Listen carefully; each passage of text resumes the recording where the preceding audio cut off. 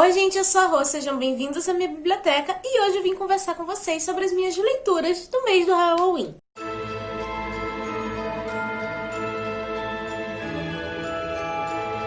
Se você caiu aqui no canal de paraquedas, esse é o último vídeo do especial de Halloween, né? Que eu vou apresentar pra vocês o saldo de tudo que eu li. Mas eu montei uma playlist com tudo que eu gravei de temático durante o mês de outubro. Então vou estar deixando essa playlist nos cards pra vocês conferirem. E nesse mês de outubro eu fiquei bem satisfeita porque eu gostei bastante das leituras que eu fiz. Eu achei que foi numa quantidade boa. Eu achei que mesmo eu tendo que gravar mais vídeos, né? Já que o especial... eu tava gravando 3 vídeos por semana e ainda entre as outras coisas que eu tinha que fazer e tudo mais, eu achei que eu li numa quantidade bem legal, então eu vou estar aqui compartilhando com vocês. Mas antes de eu mostrar os livros pra vocês, por favor, deixem um like no vídeo, porque isso ajuda muito no engajamento do canal. Se inscreva se você não for inscrito, até porque está rolando sorteio. Sim, o sorteio de Halloween já passou, mas já tem um sorteio de Natal rolando, eu postei lá na comunidade, tem um vídeo onde eu expliquei sobre o sorteio, vou até deixar nos cards pra vocês também. Então, gente, é muito importante se inscrever. E claro, né, por favor, me sigam nas minhas redes sociais, se inscrevam no canal do Telegram se vocês quiserem receber todas as informações sobre o canal, promoção de livros e tudo mais. E ativem o sininho pro YouTube te avisar quando tiver vídeo novo por aqui. E, gente, à medida que eu for mostrando os livros pra vocês, vamos aproveitar pra conversar aqui nos comentários, tá? Me digam se vocês já leram, se vocês têm interesse em ler, pra gente poder conversar mesmo, né? E a gente poder ficar um pouquinho mais próximo. E lembrando que se você tiver interesse em algum dos livros que eu estiver citando, ou em qualquer outra coisa, assim, no site da Amazon, por favor, compra pelo link do canal que tá sempre aqui embaixo no box de descrição, porque você comprando por esse link, você super ajuda o canal sem estar pagando nada mais por isso, tá bom? E bem, vamos deixar de enrolação e vamos para os livros. A primeira leitura que eu fiz no mês de outubro foi da leitura coletiva que eu estava organizando, que era do livro Bom Dia, Verônica, do Rafael Montes e da Ilana Casoy. E aqui nós vamos ter uma escrivã da polícia e em um determinado dia ela acaba presenciando um suicídio dentro da própria delegacia e uma outra mulher liga para ela pedindo ajuda. E por conta própria ela decide investigar esses dois casos, já que a primeira mulher que se suicidou, o caso ia ser engavetado e no caso da segunda ninguém além dela sabe sobre isso. Eu ainda quero gravar uma resenha desse livro pra vocês, mas eu já adianto que eu adorei o livro, tá? O Rafael, eu nunca tinha lido nada da Ilana, mas assim, o Rafael ele normalmente me prende muito nos livros dele, porque eu nunca consigo prever o que vai acontecer. Só que assim, gente, eu simplesmente odiei a Verônica, porque ela é uma mulher egoísta, egocêntrica e desprezível, sabe? Assim, uma pessoa que ela não me agradou como mulher, não me agradou como mãe, não me agradou como esposa, sério, eu detestei ela. Só que a história é muito boa. E assim, nem é novidade eu falar que eu detestei um personagem do Rafael Montes, né? Afinal de contas, eu adoro os livros dele, eu adoro a escrita dele, mas eu leio todos eles na base da raiva, sentindo raiva dos personagens. E assim, gente, quando eu digo que a Verônica é tudo isso, não quer dizer que a personagem seja mal escrita, tá? Muito pelo contrário, ela é muito bem escrita, porque você vê que ela tá fazendo as coisas acreditando que é o certo. Só que quem tá de fora vendo, olha assim... e pensa, amada, o que você tá fazendo? Tá tudo errado. Eu li esse livro muito rápido porque eu fiquei extremamente curiosa pra saber como é que esses dois casos iam acabar se interligando, sabe? Eu adorei a história, mas assim, esse é um livro que eu não recomendo pra pessoas sensíveis, porque tem cenas de violência psicológica, sexual e física mesmo. Na real, eu não recomendo o autor para pessoas sensíveis, tá? Eu acho que isso aqui é uma coisa pra quem gosta realmente de um suspense, de umas cenas mais gráficas, de uma história mais pesada. E recentemente estreou a série na Netflix. Eu vi os 2 primeiros episódios e a Verônica tá muito diferente da do livro. Então o que eu vou fazer? Eu vou assistir a série e depois eu vou trazer um vídeo completo pra vocês onde eu vou falar do livro e da série, tá bom? Eu não vou falar nada sobre o que eu tô achando da série aqui. Vocês vão ter que aguardar um pouquinho. Depois eu li um HQ que foi o Ritual Romano Exorcismo. E assim, gente, eu já até comentei dessa HQ com vocês, porque assim que eu terminei de ler essa HQ, eu acabei montando uma lista de HQs pra ler no Halloween aqui no canal. Vou até deixar esse vídeo nos cards pra vocês, porque eu gostei muito dela. Eu adorei essa história e eu achei as ilustrações, assim, bem sinistras, sabe? Eu adorei o traçado. E basicamente, o que nós vamos ter aqui? Nós vamos ter um padre que ele acabou sendo... Ele já tá afastado da igreja, mas ele acabou sendo chamado porque precisam que ele faça um exorcismo. Só que quando ele chega lá, ele descobre que o possuído, no caso, é o próprio Papa. E a igreja em si está muito preocupada, né? Porque além de ser uma pessoa possuída que já é ruim o suficiente... eles não querem deixar essa informação vazar, né? Porque o que será que os fiéis iriam pensar se o próprio líder da igreja, né, tá sendo possuído pelo demônio? E como toda história de exorcismo, vai ter o demônio confrontando esse padre, ele vai trazer algumas lembranças à tona, né, a respeito do passado do padre. Isso aí já é uma coisa que basicamente toda história de exorcismo vai ter.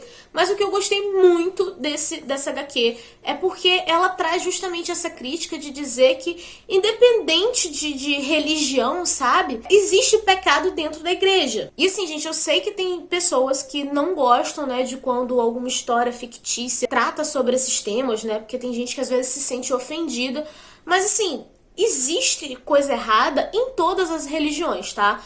A religião é algo que é criado pelo homem, então, e o homem é completamente imperfeito. Assim, eu não questiono a fé das pessoas, tá? O que eu tô falando é religião, são coisas diferentes.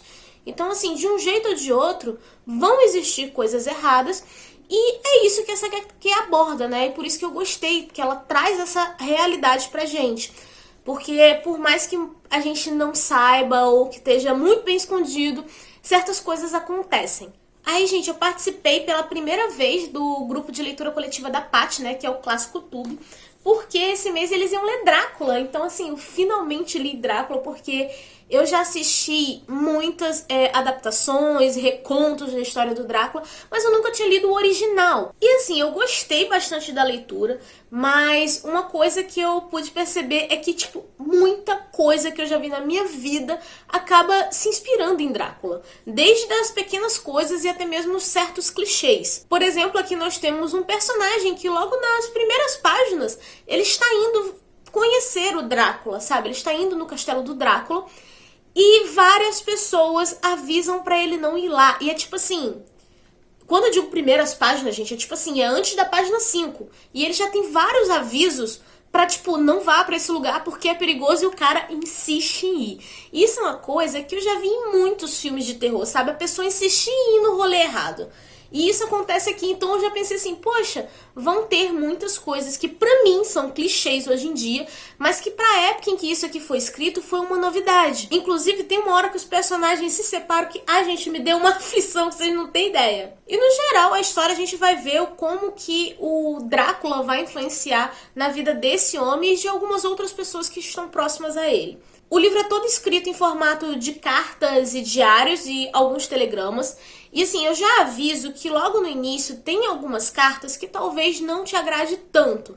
Elas são um pouco mais lentas, você não entende muito bem, assim, no primeiro momento, o do porquê que aquela carta é importante, mas é a forma do Bram Stoker apresentar os personagens pra gente e a gente conseguir entender a relação entre eles. Porque como a história não é contada direta, a gente vai meio que conhecendo a intimidade dos personagens através dessas cartas. E assim, foi uma novidade pra mim ler um livro escrito dessa forma, e no decorrer da leitura eu percebi que eu realmente conhecia bem os personagens, eles realmente foram bem construídos através dessas cartas. Eu gostei bastante desse livro, mas eu infelizmente não pude dar 5 estrelas pra ele, porque eu esperava que o Drácula aparecesse um pouco mais, né? Porque mesmo que o livro receba o nome dele, ele aparece muito pouco. E isso foi uma coisa assim que me desagradou, eu queria ver mais do Drácula. E também porque lá pelas últimas páginas, no final, tem uns capítulos ali que eles são muito lentos e muito arrastados. E quando você chega assim no ápice, né, da trama e da finalização do livro, ela acaba acontecendo muito rápido. Então você fica naquela coisa de esperar muito tempo e quando essa coisa acontece, ela é rápida. Então isso foram pontos que me incomodaram no livro. Mas assim, é uma história que é realmente muito boa. Eu gostei bastante enquanto eu tava lendo, eu ficava muito entretida em acompanhar o desenrolar das coisas entre esses personagens. Então assim, é uma leitura que eu super recomendo. Só o finalzinho mesmo que eu achei que ficou um pouquinho arrastado e depois ficou rápido. Foi só isso. E assim, como parece que tá virando uma certa tradição eu reler Coraline no Halloween, eu reli esse livro por sei lá quantas vezes já. E eu não vou falar muito sobre ele aqui, porque como eu reli, eu acabei gravando um vídeo bem completo, né, onde eu falo sobre esse livro, sobre a adaptação, tudo sem spoiler, tá? E eu ainda botei no final do vídeo trechinhos mostrando essa edição, como é que ela é por dentro, tá bom? Então, eu vou deixar o vídeo nos cards pra vocês conferirem. Aí, não satisfeita em reler Coraline, eu ainda fui atrás de ler a versão em HQ dessa história. E assim, gente, não tenho muito o que falar, porque a história é completamente igual, sabe? Não muda nada mesmo. Então, assim, em termos de história, 5 estrelas, né? Mas eu realmente não gostei do tipo de ilustração que essa HQ recebeu. Porque, assim, a outra mãe, ela é atrativa à primeira vista, sabe? Mesmo com os botões no lugar dos olhos. E a primeira imagem que aparece da outra mãe, eu achei ela horrenda, tá ligado? Eu não queria ficar perto daquela mulher. Eu pensei assim, gente, a criança vai correr. O que é isso? Então, assim, eu realmente não gostei do traçado. E, inclusive, eu tenho o hábito, assim, de, por exemplo...